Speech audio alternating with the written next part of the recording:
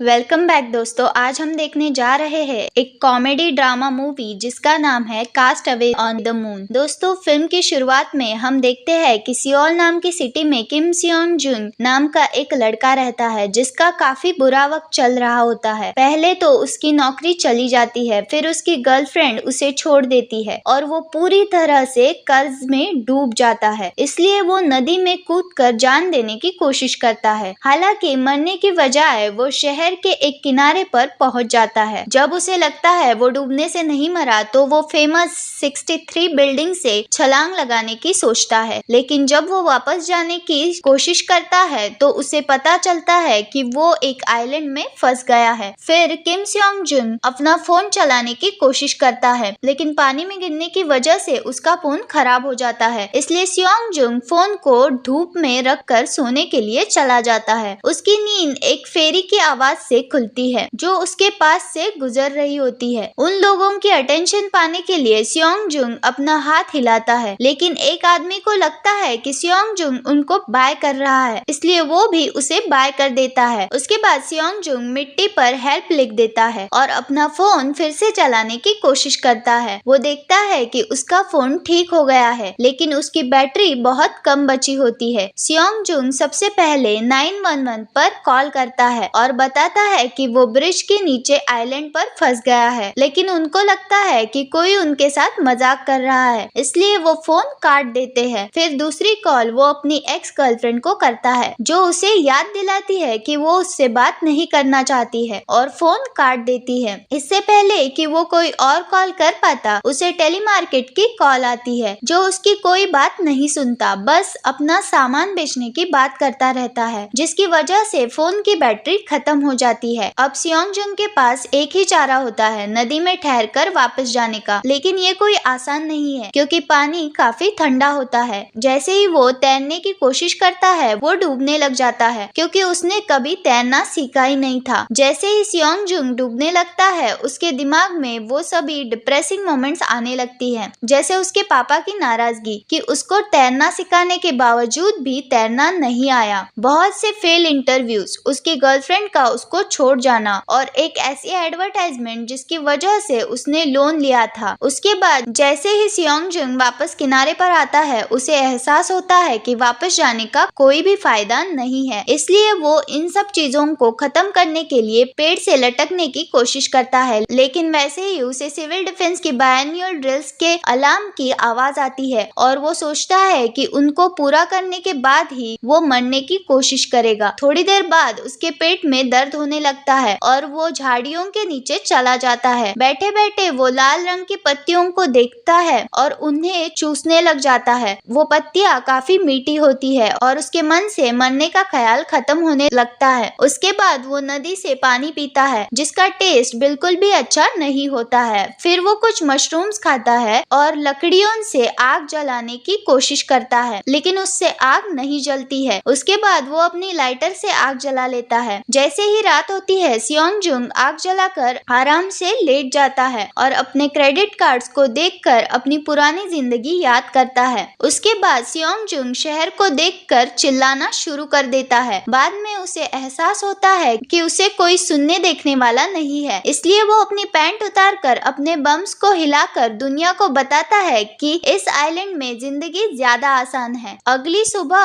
हम देखते हैं कि सियोंग जुन आइलैंड से जगह जगह से इस्तेमाल करने लायक कचरा इकट्ठा करता है। उसे काफी सामान मिलता है जैसे कि लॉन्ड्री की डिटर्जेंट बॉटल, डक की तरह दिखने वाली बोट। फिर सियोंग जुन उस बोट को खींचकर अपनी जगह पर ले आता है और उसमें घास फूस डालकर उसको आरामदायक बना लेता है जिसमें वो सो सकता है। अब सियोंग जुन मशरूम की जगह कुछ और खाने के लिए ढूंढता है, लेकिन ये काम इतना आसान नहीं है क्योंकि सियोंग जुन से ना चिड़िया पकड़ी जाती है, ना ही मछलियाँ, और ना ही वो अंडे लेने के लिए पेड़ पर चढ़ पाता है। काफी कोशिश करने के बाद सियोंग जुन एक दिन फिर पेड़ पर चढ़ता है और चिड़िया उसके सिर पर पॉटी कर देती है, इसलिए वो अपने बाल डिटर्जेंट से धोता है जो उसे आइलैंड में मिला था। लेकिन इस डिटर्जेंट से पानी गंदा होने लगता है और कुछ मछलियां मर जाती है जिसे वो रात को खा लेता है। सियोंग जुन बची हुई मछलियों को डब्बे में छोड़ देता है और सुबह उठकर देखता है कि जिन चिड़ियों जिन्होंने इसे खाया था वो भी मर चुकी है, इसलिए वो उन्हें भी खा लेता है। उसके बाद वो घास में लेट जाता है और अपने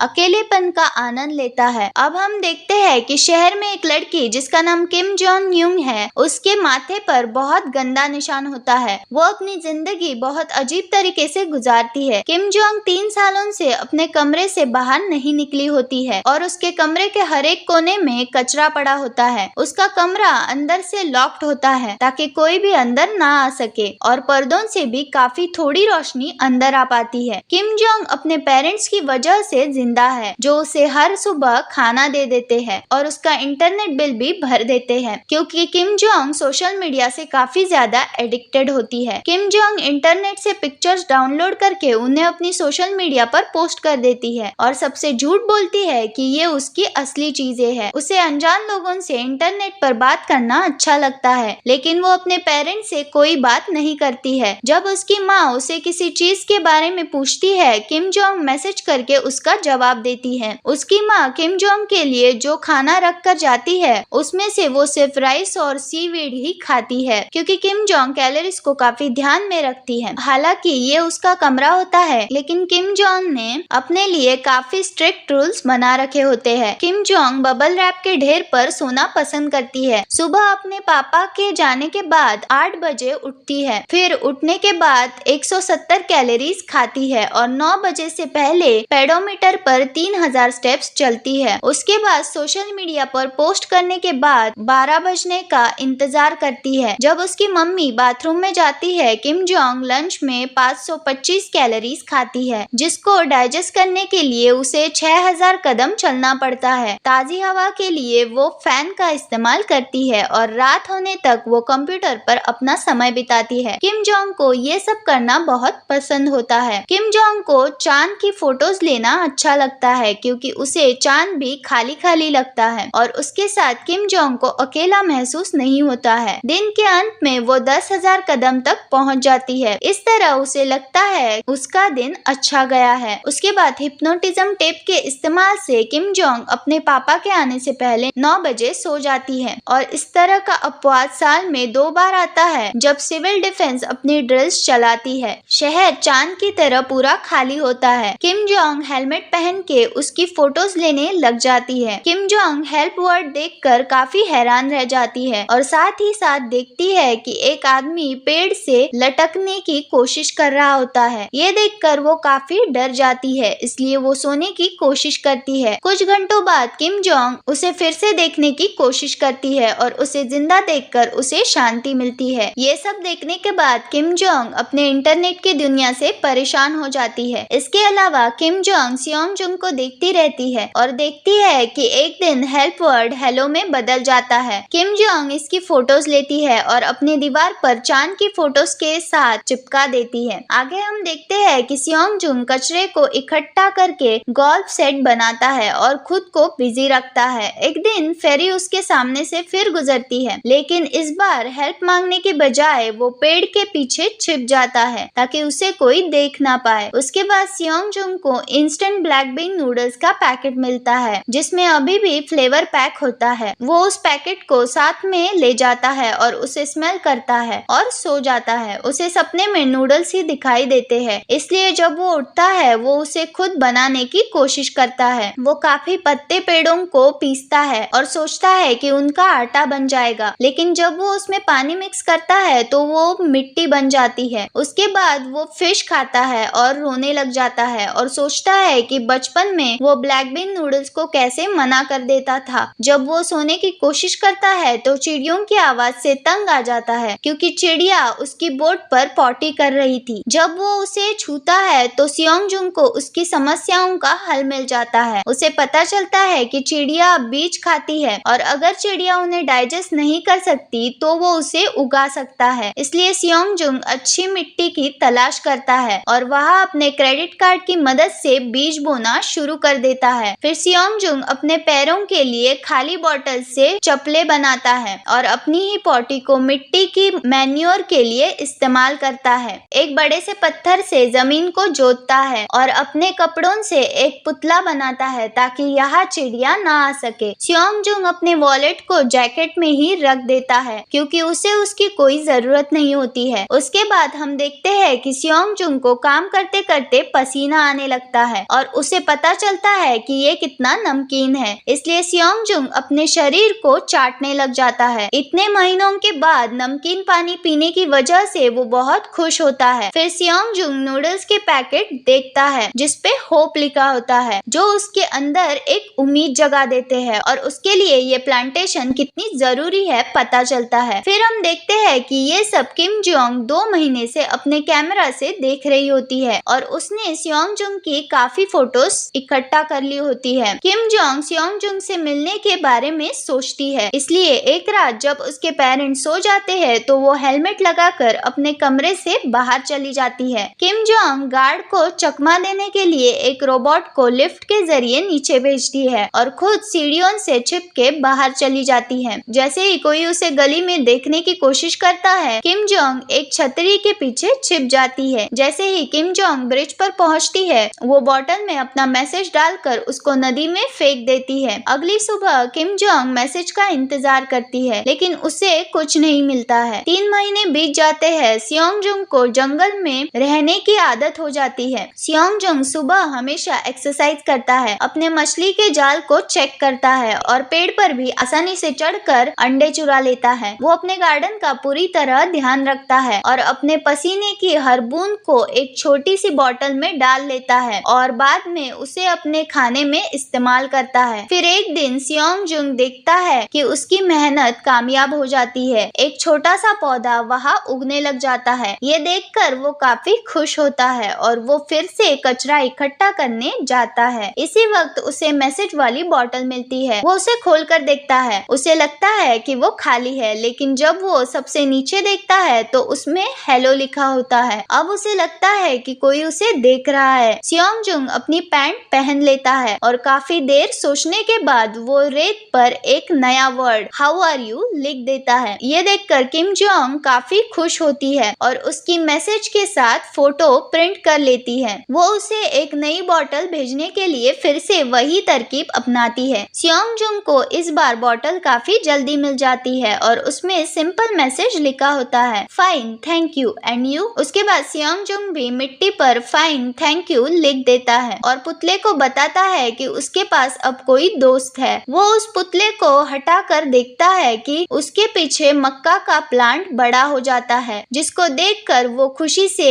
रोने लग जाता है। उसके बाद किम जोंग उसे सरप्राइज देने का सोचती है, इसलिए वो एक डिलीवरी बॉय को बोर्ड देकर सियोंग जुंग के पास भेजती है। सियोंग जुंग ब्लैक बीन नूडल्स देखकर हैरान रह जाता है, लेकिन सियोंग जुंग उसे नहीं खाता और डिलीवरी बॉय को मैसेज देने के लिए कहता है, क्योंकि उसके लिए ब्लैक बीन नूडल्स एक उम्मीद है। फिर किम जोंग वो नूडल्स खुद ही खा लेती है। अगली सुबह किम जोंग अपने कमरे का दरवाजा खोलती है और अपनी माँ से डायरेक्टली बात करती है। किम जोंग अपनी माँ से एक गमला और बीज मांगती है ताकि वो भी पौधा लगा सके। उसके बाद किम जोंग फिर से मैसेज भेजती है जिसमें वो उससे माफी मांगती है। किम जोंग का अभिनय करने के लिए वो रेत पर कुछ लहरें और शार्क बना देता है। बहुत दिन बीत जाते हैं और जब उसका गार्डन सब्जियां देना शुरू कर देता है, वो अपनी पहली ख्वाहिश पूरी करता है। उसके बाद सियोंग जुंग मक्के को पीस कर उसकी नूडल्स बनाता है। जैसे ही वो बन जाती है, वो उसमें वही पुराना फ्लेवर पाउडर मिक्स करता है। उसमें कुछ सब्जियां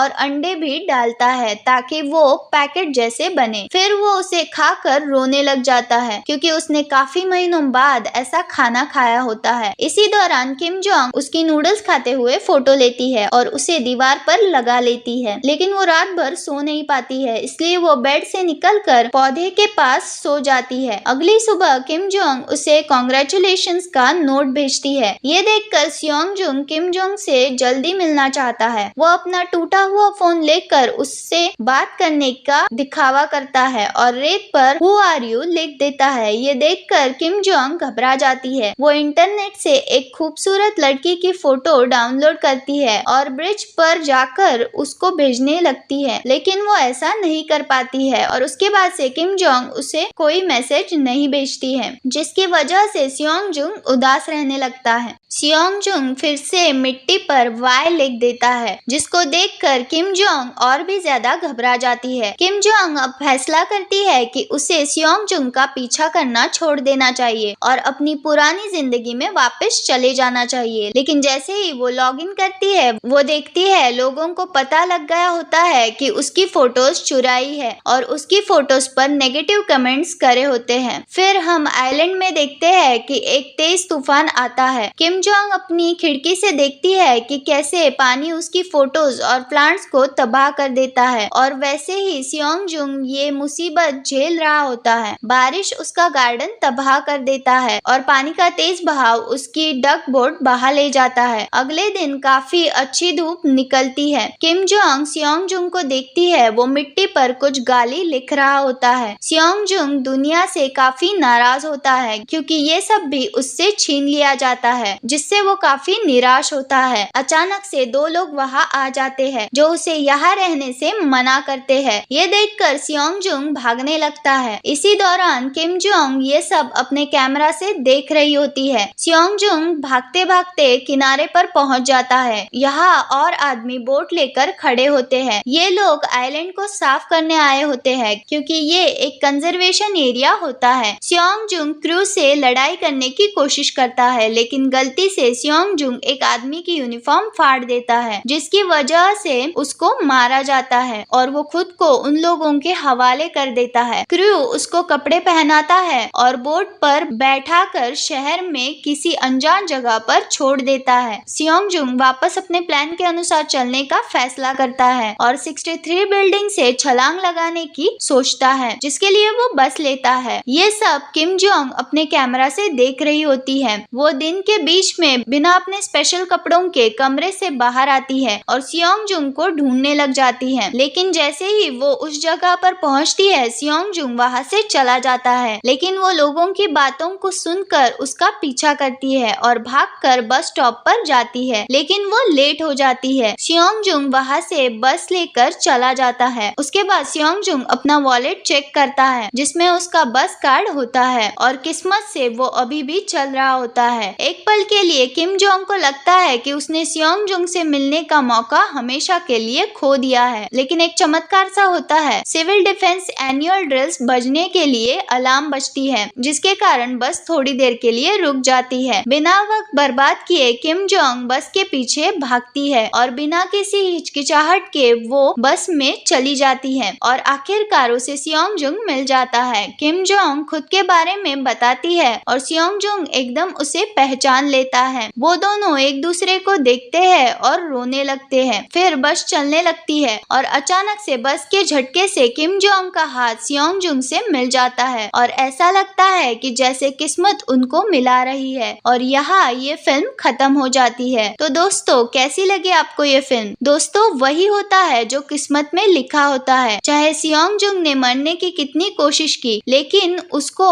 अभी जिंदा रहना था। दोस्तों, हमें कमेंट करके जरूर बताएं कि आपको इस फिल्म में क्या अच्छा लगा और ऐसी ही मजेदार फिल्मों के लिए हमारे चैनल को सब्सक्राइब करना ना भूलें। And thank you for watching.